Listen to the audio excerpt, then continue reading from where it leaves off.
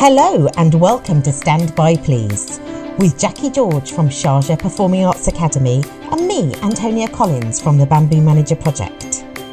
In this podcast we talk all things stage management. Join us and our guests as we try to answer the question, what is your stage manager really thinking? We hope you enjoy. Hi Jackie. Hi Antonia, how are you? I'm good, thanks. It feels forever ago since we recorded a podcast. What's new in your life? Well, normal stuff, but we are getting a bit more back to normal. But you just went to USITT, right? Yes, got back a week ago. That was my first physical face-to-face USITT, and what a joy it was. It was fantastic. And on the Wednesday we had the opening and the AGM, and the theme was of USITT this year was better together, and I was like, oh yeah, better together, off we go. And then when we heard that opening speech and we were all in that room sharing that moment, it made me a bit emotional, really. Just so good to see familiar faces, new faces, talk about what we were up to, what we're doing. And I think we were all a little bit scared in the last 2 years that we'd either forget what we do or not want to go back to what we do. But the sheer joy that was on that trade show floor and in the labs and in the seminars was really tangible and really beautiful. So it was great to be there and definitely one to remember. So thanks to everyone who was there, and really great to go. But it's interesting you say about the topic, because today we thought we'd talk about reset better, which is a phrase that's bandied around a lot in the media and a lot online, and how that's actually going for us as an industry, because I think we've got some questions about that.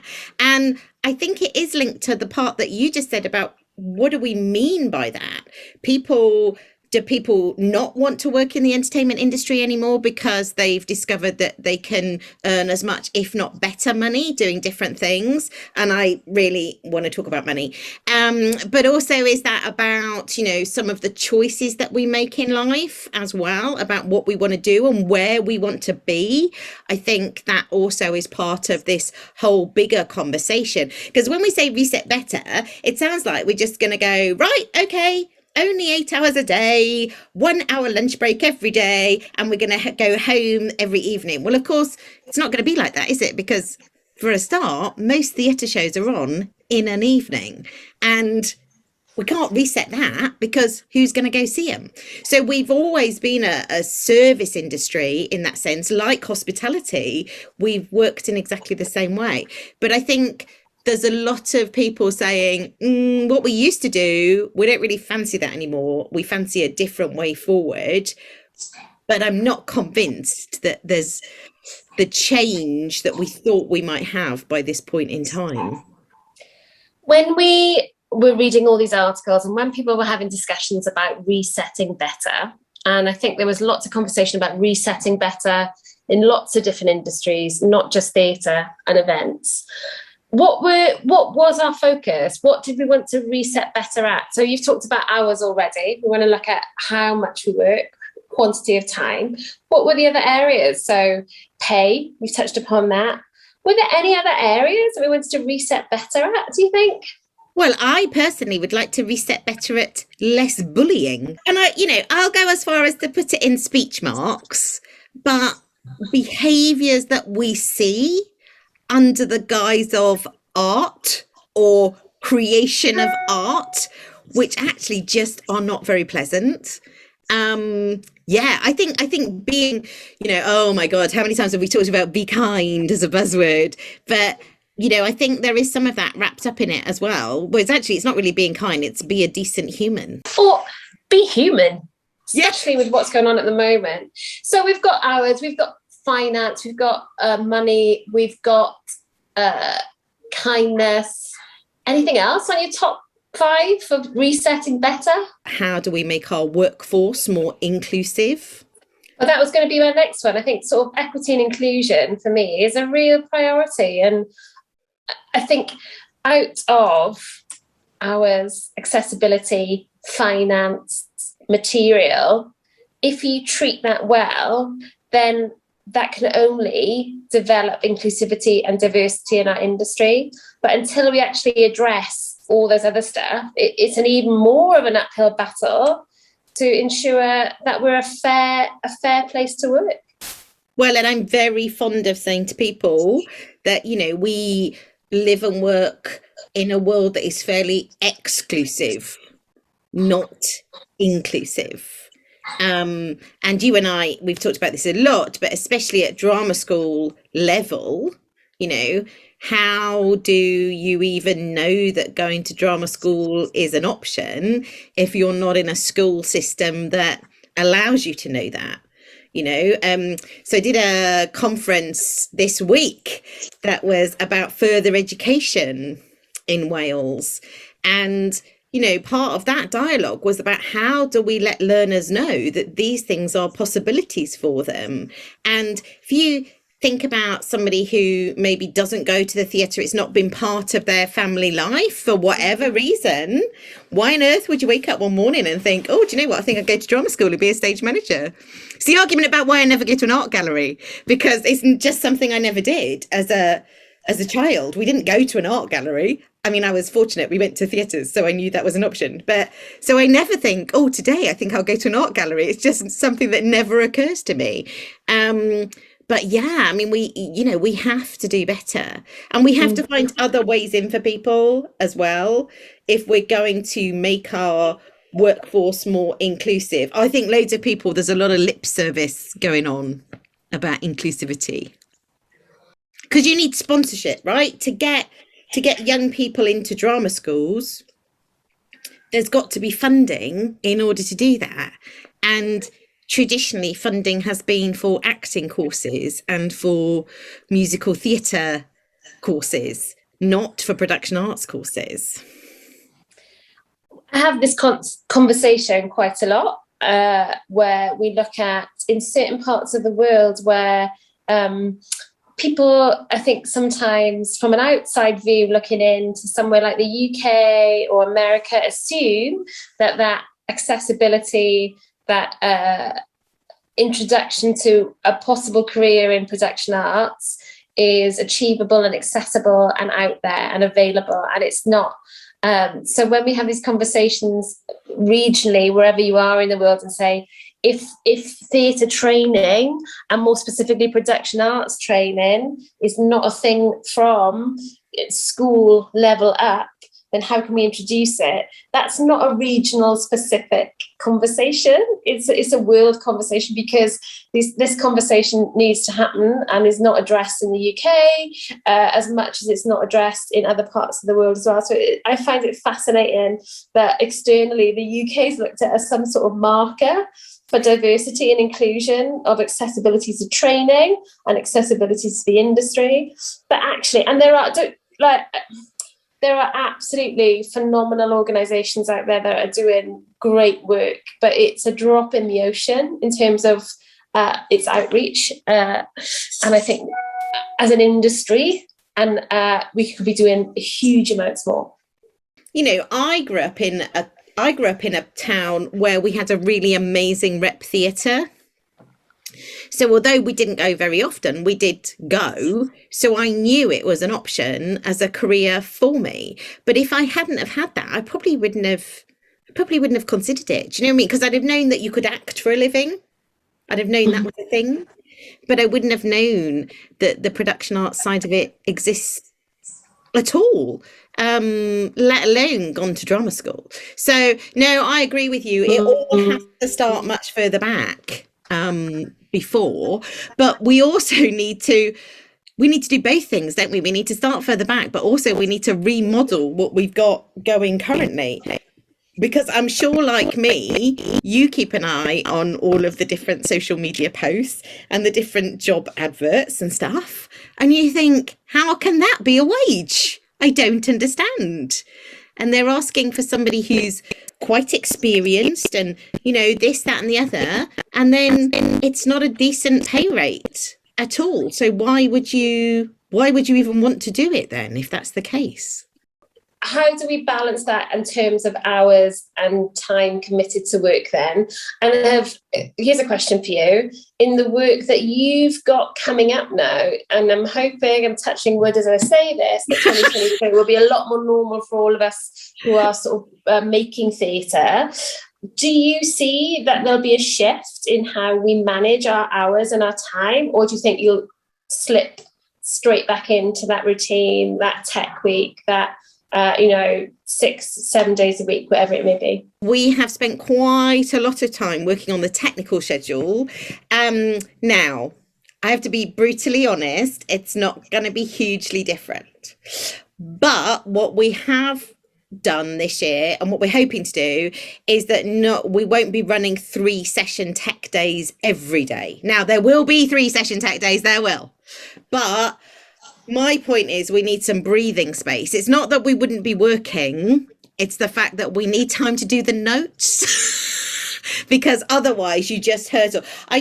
When people talk about only having 2 sessions of tech a day, I think they don't, not that they don't understand, but actually what people like us crave is we crave a spare session to do the notes in, or to tidy up, or to finish a thing, or whatever. It's not about going home, it's about not being in tech, because when you're in tech you can't do anything else other than tech the show. So that's what we're trying to do this year, is we're trying to do less 3 session days and some more 2 session days, so we've got a bit more breathing space. But it'll still be a lot of hours. There's no denying that part of the story. But we trapped in that thing of how many days is the venue available for as well, because if you're going to go down to only 2 sessions of tech a day and nothing else, then obviously you need the venue for longer, don't you? It's a simple mathematical equation at that point. Yes.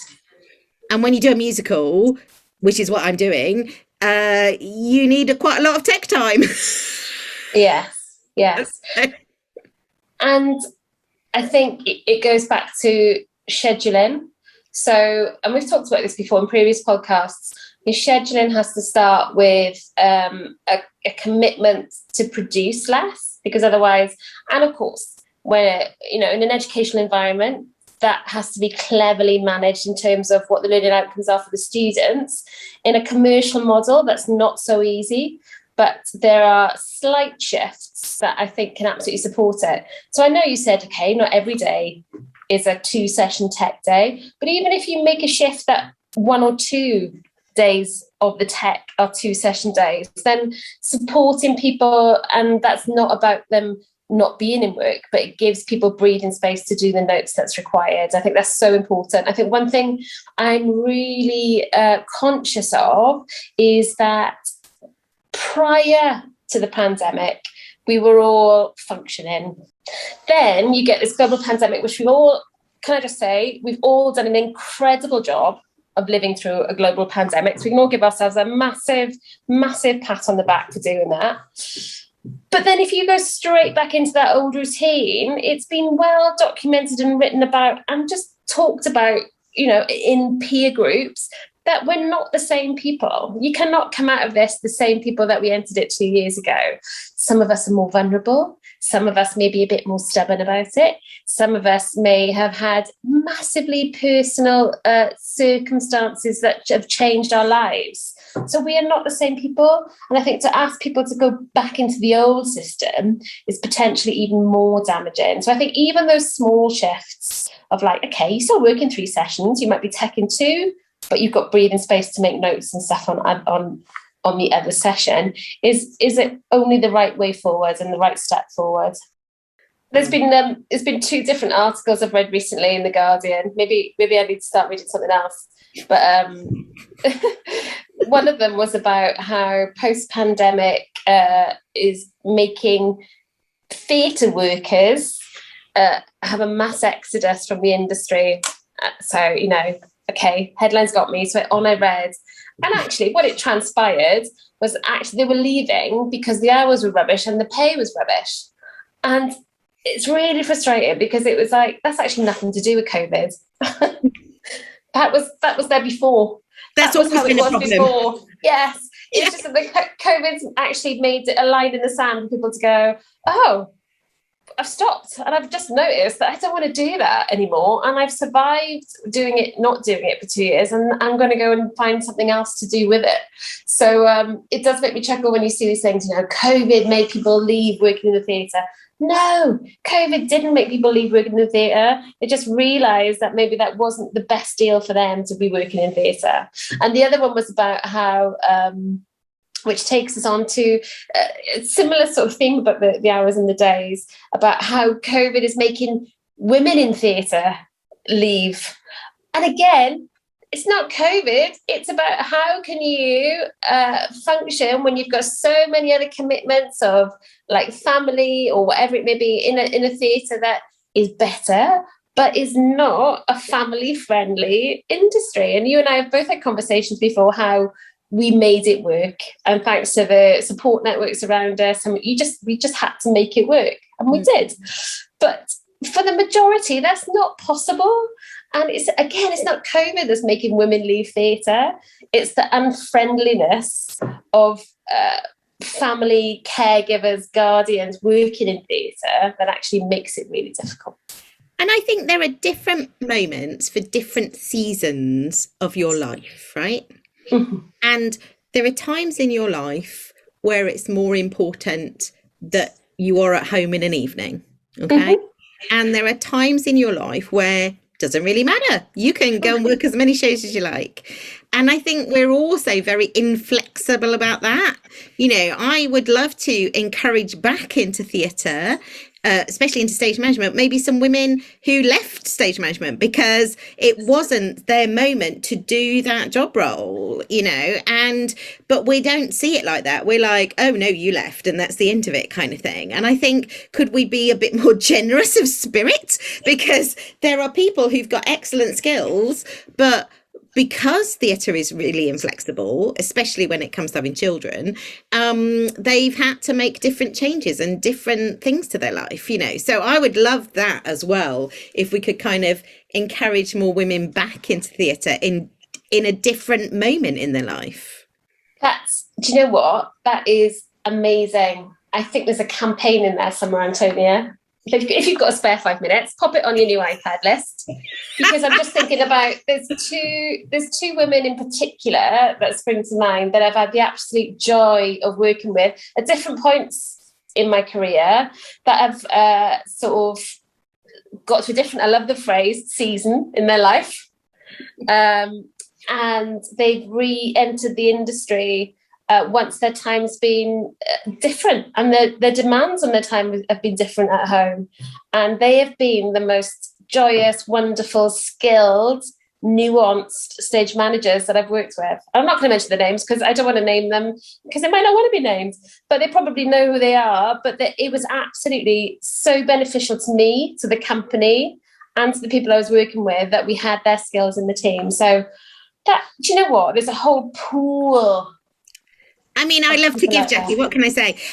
But I suppose I also, because I am, selfishly, it's kind of about myself as well, in the sense that, I stepped out of professional work in order to be a teacher, and I loved the teaching, but that fitted superbly well with having 2 small children, and a husband who was away a lot because he works in the entertainment industry as well. And so, one of you's got to be home. And I loved teaching. I loved it. But when the opportunity came to not teach again full time and to split my time in different ways, actually, I was like, no, do you know what? I want to go back to doing show work now because I can. Because now I have the time, and I'm a way better stage manager now than I was in my 20s, because I've got 30 other years of life skill on top of it. And it can't just be me, can it? There must be other women who are in the same situation as I was in. They've got to be out there. You know what I mean? It's not just me. But of course, Jackie George, you live in the land of the unicorns. We now enjoy a 4-day working week. So that came into effect on the 1st of January. So we had like 2 weeks to come up with a plan. I'm sure we've come up with a plan, and it's not perfect yet, but it'll be fine-tuned. And what does that mean for me? Oh my gosh. Just that shift in one day makes the balance of work and life enormously different. And that doesn't mean I care about what I do less, or I have less enthusiasm for what I do, or I think about it less, for sure. There's still some weekend emails and pondering over situations or how you're going to solve things. But in terms of just brain space away from 5 days of being sort of formatted to the workplace or your desk or a situation that we haven't got to think about. So you have sort of one day to have family time, you've still got a day to catch up on all that sort of life stuff and the dull stuff like laundry or shopping or groceries, whatever you need to do. And you still have a day to actually just feel rejuvenated, and you go into Monday so much better. Now, Antonia, I remember when I told you about this, you were like, what? How are you going to do a tech? Which was your first response? Which was going to be my next question, was how are you going to get shows on? Yes. I don't know yet. Ask me in 2 weeks' time. So we just like to head into tech for our first show. Listen, I am under no illusion that we will probably not do a 4-day week for a technical schedule and a technical rehearsal, but it might mean instead of doing a 6-day tech week, we'll do a 5-day tech week. I haven't got it sussed yet because at the moment I'm not working smarter. So I'm trying to do a 5-day working week into 4 days. It doesn't quite work. So I need to work smarter and look at actually what are the essentials in the 4 days and what elements can be shifted and in which ways can we work better. I think a lot of that comes down to not necessarily reducing workload, but it comes down to actually good communication in terms of how we structure ourselves and actually what's the essence of the training that we give and what we do. But that's a longer project for me to sort of think on. So I think we can do it better still, but in terms of the buy off and what you get for time off, I think it's hugely rewarding. If you take a show in 5 days or 6 days, you will get the job done. You know, and actually, just because you've got longer doesn't mean you'll do it better. We've all been in a devising process where maybe there's been a little bit too much conversation, and you just need to crack on, Bridget. Well, it's about managing expectation, isn't it? If you've only got 2 days to get the show on, then probably having 350 lighting cues is not a winner. Just something tells me that maybe doesn't work. So totally and utterly. But I do think am I going to be hopeful? I'm always hopeful, aren't I? I do feel like the last 2 years and prior to that actually has stimulated a lot of good conversation about our working practice across many areas now, across all different parts of it, about the people we include and the people we exclude from our working practice and how we can move forward. And I think some companies are trying really hard. Some companies are trying really hard to do better. In whatever that means for you, you know, your better is different to my better, which is different to somebody else's better. But I think as long as we can keep the conversation going and that we don't just say, oh, well, that's it then. And we don't just say, oh, well, COVID's over, so we'll just go back to what it was before. Because like you said, some of these things weren't about COVID at all, but COVID has enabled the conversation to be more visible and to be louder. Like the sickness thing, you know, the sickness thing isn't because of COVID. It just means now everybody's way more aware of it than they were before. So I think we can be hopeful, and I think it will be better. And I hope that producers really, really take it on board, because if they want to keep talented and valued staff in the industry, then they really need to get on with it. They need to get on with it. If it means that whatever little bit of the conversation we can have as stage managers, the next time your ASM rings in sick or your board or whatever, let's not give them the guilt trip about them being sick. They're sick. Let them stay off. There's some things that aren't within our control, and those have to be left with the sort of the bigger change makers. But if we keep on having the conversations within our network, then, like you said, the conversation can only be a good thing. Let's hope so, eh? We hope you enjoyed this episode of Stand By Please. Join us next time when we'll be discussing how we define success. Until then, Jackie and Antonia, off cans.